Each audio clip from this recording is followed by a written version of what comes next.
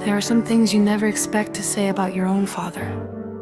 Not because you think he's perfect, but because you grow up believing certain lines won't ever be crossed. And when they are, it changes you.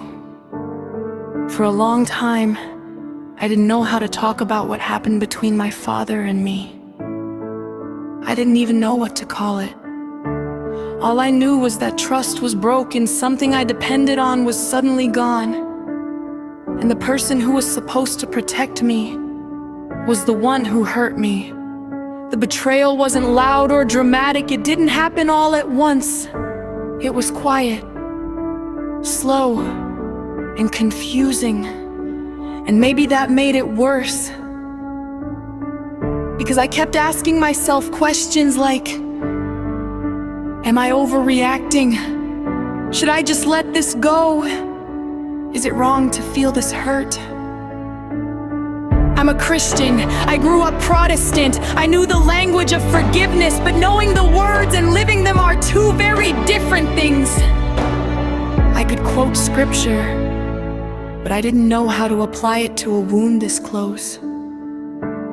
Every time I thought about forgiveness, it felt unfair, like I was being asked to pretend nothing happened, like I was supposed to absorb the pain so everyone else could stay comfortable.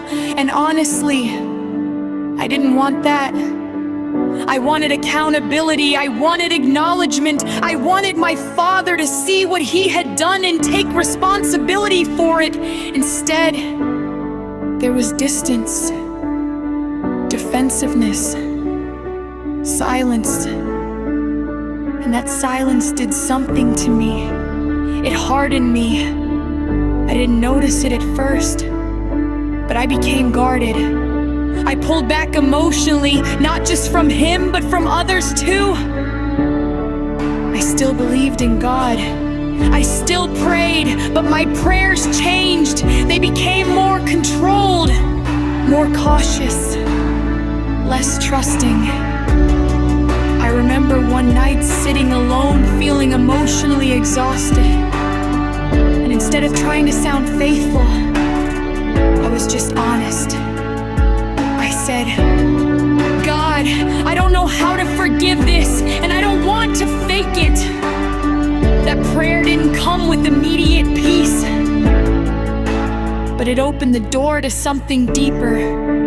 Because God didn't rush me. He didn't shame me for my anger. He didn't minimize the betrayal. Instead, he started dealing with my heart slowly, patiently. I began to realize that unforgiveness was becoming a prison, not for my father, but for me. I was replaying conversations, rewriting outcomes, carrying a weight he wasn't even holding anymore. And one verse kept coming back to me over and over. Be kind and compassionate to one another, forgiving each other just as in Christ God forgave you. Ephesians 4:32, that verse used to sound gentle to me, but now it felt confrontational. Not because forgiveness is easy, but because it's costly. God wasn't asking me to excuse what happened. He wasn't asking me to deny the pain. He was asking me to release my right to revenge. And that took time.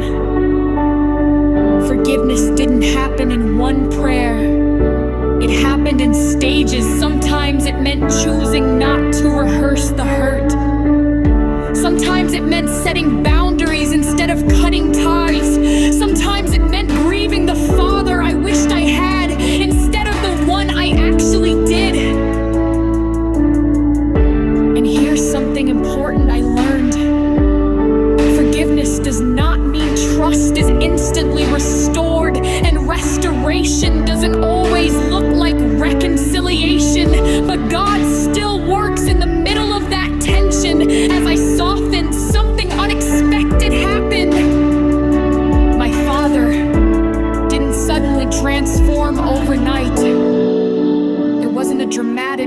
apology right away, but there were cracks in the wall, small moments of honesty, conversations that felt less defensive, a willingness, slow and imperfect, to acknowledge pain. And I realized something humbling. God was restoring me first. He was restoring my ability to love without losing myself, to forgive without denying truth, to stand firm without becoming bitter. Another verse anchored me during this time. The Lord is close to the brokenhearted.